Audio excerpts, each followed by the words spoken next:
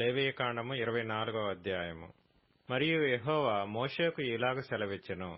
దీపము నిత్యము వెలుగుచుండునట్లు ప్రదీపము కొరకు దంచి తీసిన అచ్చమైన ఒలీవ నూనెను తేవలెనని ఇశ్రాయేలీయులకు ఆజ్ఞాపించుము.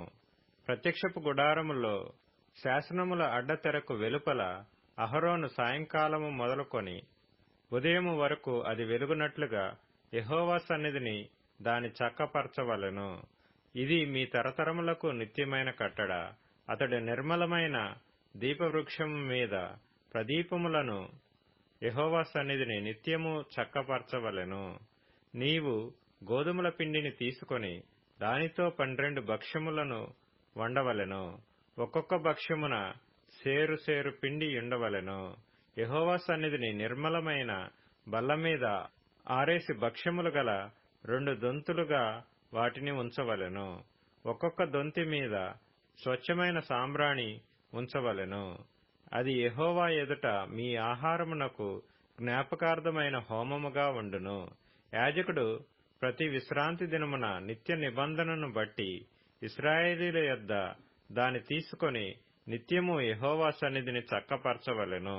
అది అహరోనునకును అతని సంతతి వారికి ఉండవలెను. వారు పరిశుద్ధ స్థలములో దాని తినవలెను. నిత్యమైన కట్టడ చొప్పున యెహోవాకు చేయు హోమములలో అది అతి పరిశుద్ధము. ఇశ్రాయేలీయురాలగు ఒక స్త్రీకిని ఐగుప్తీయుడగు ఒక పురుషునికిని పుట్టినవాడొకడు ఇశ్రాయేలీయుల మధ్యకు వచ్చెను. ఆ ఇశ్రాయేలీయురాలి కుమారునికిని ఒక ఇశ్రాయేలీయునికిని పాళెములో పోరుపడగా ఆ ఇశ్రాయేలీయురాలి కుమారుడు యెహోవా నామమును దూషించి శపింపగా జనులు మోషే యొద్దకు వాని తీసుకొని వచ్చిరి. వాని తల్లి పేరు షెలోమీతు. ఆమె దాను గోత్రికుడైన దిబ్రీ కుమార్తె. యెహోవా ఏమి సెలవిచ్చునో తెలుసుకొను వరకు వానిని కావలిలో ఉంచిరి. అప్పుడు యెహోవా మోషేకు ఇలాగ సెలవిచ్చెను. శపించిన వానిని పాళెము వెలుపలికి తీసుకొని రమ్ము. వాని శాపవచనమును వినిన వారందరూ వాని తల మీద తమ చేతులుంచిన తరువాత సర్వ సమాజము రాళ్లతో వాని చావగొట్టవలెను. మరియు నీవు ఇశ్రాయేలీయులతో ఇట్లనము, తన దేవుని శపించువాడు తన పాప శిక్షను భరింపవలెను. యెహోవా నామమును దూషించువాడు మరణశిక్ష నొందవలెను. సర్వ సమాజము రాళ్లతో అట్టి వానిని చావగొట్టవలెను. పరదేశీయే గాని స్వదేశీయే గాని యెహోవా నామమును దూషించిన ఎడల వానికి మరణశిక్ష విధింపవలెను. ఎవడైనను ఒకనిని ప్రాణహత్య చేసిన ఎడల వానికి మరణశిక్ష విధింపవలెను. జంతు ప్రాణహత్య చేసిన వాడు ప్రాణమునకు ప్రాణమిచ్చి దాని నష్టము పెట్టుకొనవలెను.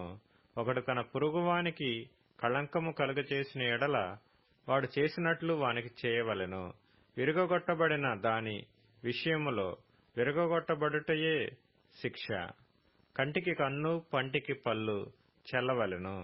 వాడు ఒకనికి కళంకము కలుగచేసినందున వానికి కళంకము కలుగచేయవలెను. జంతువును చావగొట్టినవాడు దాని నష్టమునిచ్చుకొనవలెను. నరహత్య చేసిన వానికి మరణశిక్ష విధింపవలెను. మీరు పక్షపాతము లేక తీర్పు తీర్చవలెను. మీలోనున్న పరదేశికి మీరు చేసినట్టు మీ స్వదేశికిని చేయవలెను. నేను మీ దేవుడనైన యెహోవానని వారితో చెప్పుము అనెను.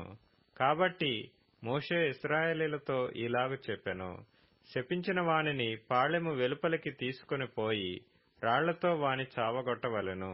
యెహోవా మోషేకు ఆజ్ఞాపించినట్టు ఇశ్రాయేలీయులు చేసిరి.